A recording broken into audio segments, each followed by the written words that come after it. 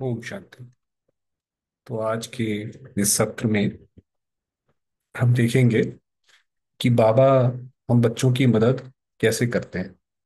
क्योंकि एक बहुत बड़ा प्रश्न ये है कि हमारे सामने जो भी आता है वो तो हमारे कर्मों के हिसाब से आता है। तो अगर हमारे कर्मों के हिसाब से सारी चीजें हमारे सामने आती हैं तो बाबा उसमें मदद कर देगा, तो कर्मों की गति से छेड़छाड़ हो जाए तो फिर वो दया भाव या हमारा जो हमें बाबा कहते हैं कि मैं साथी बन के हमेशा तुम्हारे साथ हूँ, वो चीज कैसे पूरी होती है। क्योंकि आप देखेंगे आजकल भी जो है लोग पैसा खिलाकर जज या वकील को अपनी तरफ कर लेते हैं। सच होता है झूठ होता है, जज उनके फेवर में वो फैसला कर देते हैं। तो ऐसे फिर बाबा का फैसला कैसे अलग है? बाबा तो न्यायकारी भी है, कल्याणकारी भी है, हमारे साथ सारे संबंध भी निभाता है। तो ये सारी चीजें वो एक साथ मेंटेन करता है। तो आज की इस सेशन में हम यही देखेंगे कि बाबा वो आखिर करते कैसे। तो इसके अंदर सबसे पहले ये बताया हुआ है कि दो फ्रेंड्स हैं और दो व्यक्ति हैं। वो अपने पिछले जन्म में या पहले उन्होंने शिकार पे गए और दोनों ने ही शेर को जैसे मारा, शेर का शिकार किया, शेर को मार डाला। अच्छा जी, उसके बाद घर गए, भूल गए, वो जन्म खत्म हुआ। अब आगे दूसरा जन्म आता है। अब आप ये देखिए कि ये दोनों के लिए कर्मों का खाता तो खड़ा हो गया। क्योंकि अगर किसी जीव जंतु को हमने कोई दुख दिया है तो वापस वो दुख तो मिलना ही चाहिए हमें। ये तो विधि का विधान है, कर्म सिद्धांत है ये, तो वो तो मिल के रहेगा। तो फिर अब उसमें जब आगे बढ़ते हैं तो अब वो दोनों दोबारा ही फिर दोबारा जंगल से जा रहे थे। तो जब वो जंगल से जा रहे थे तो अब उन्होंने देखा कि जब जंगल से जाते जाते एकदम से वो शेर आके खड़ा हो गया। अच्छा, जो उसमें जो राइट साइड आपके है उस भाई का नाम है अर्जुन, जो लेफ्ट में है आपके वो है दुर्योधन। दोनों ने ही पिछले अपने जीवन में शेर का शिकार किया था। अब अर्जुन जो है वो तो चलो राजयोग की तपस्या करता है, बाबा के ज्ञान में चलता है। दुर्योधन ने ऐसा कुछ नहीं करा। वो तो अपना नॉर्मल जैसे ज्ञानी लोग होते हैं वैसे वो अपना काम कर रहा है। अब दोनों के सामने आके शेर खड़ा हो गया। शेर क्यों खड़ा हो गया आपको पता है, पिछले जन्म में उन्होंने शेर का शिकार किया था। तो अब आप देखिए दोनों की कैसे डिफरेंट अप्रोच रहती है और कैसे बाबा हमारी मदद करता है।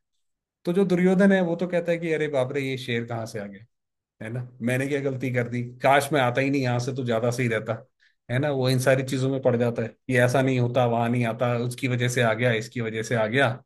और जो अर्जुन है वो अपना ज्ञान में चलता है, तो वो कहता है भी मेरा काम है बाबा को याद, तो मुझे बाबा की याद में टिकना है। अब आप देखेंगे ये दोनों ही अर्जुन के ऊपर जो ये रेड कलर का आपके सामने दिखाई पड़ रहा है ये उसके पापों का खाता है। और ये सेम पापों का खाता अर्जुन के ऊपर भी है, तो ये आपको दोनों ही रेड रेड दिखाई पड़ रहे हैं। तो ये पिछले जन्मों से जैसे वो अपना कैरी फॉरवर्ड करके लाए हैं वो अपना पाप।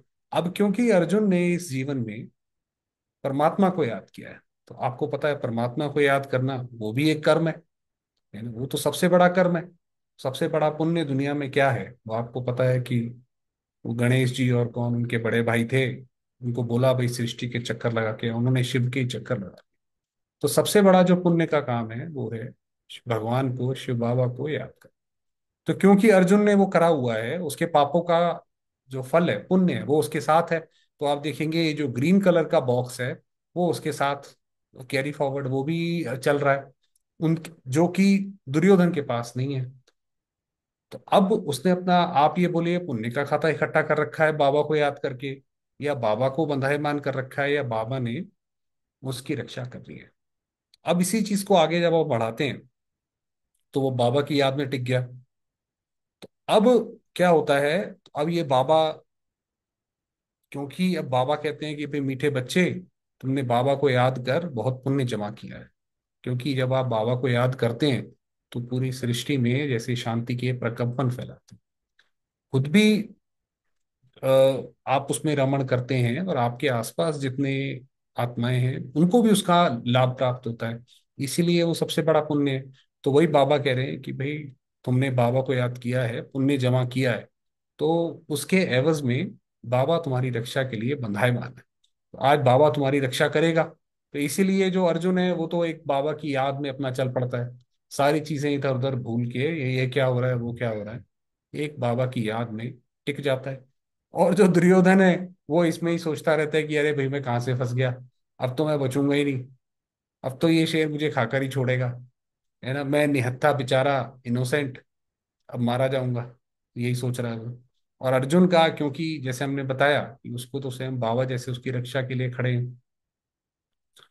अब जैसे जैसे ये स्थिति आगे बढ़ती है, अब जो अर्जुन है उसका पूरा ध्यान जो है वो बाबा की तरफ जाता जाता है, क्योंकि वो बाबा की याद में टिकता है।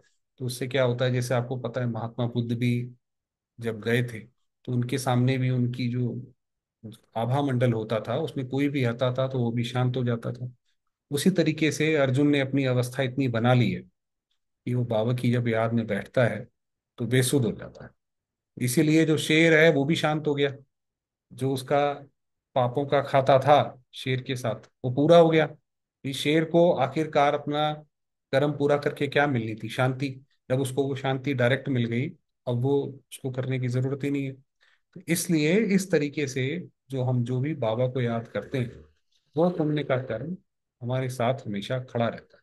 और जब भी कोई ऐसी परिस्थिति आती है तो वहां पर वो यूज हो जाता है।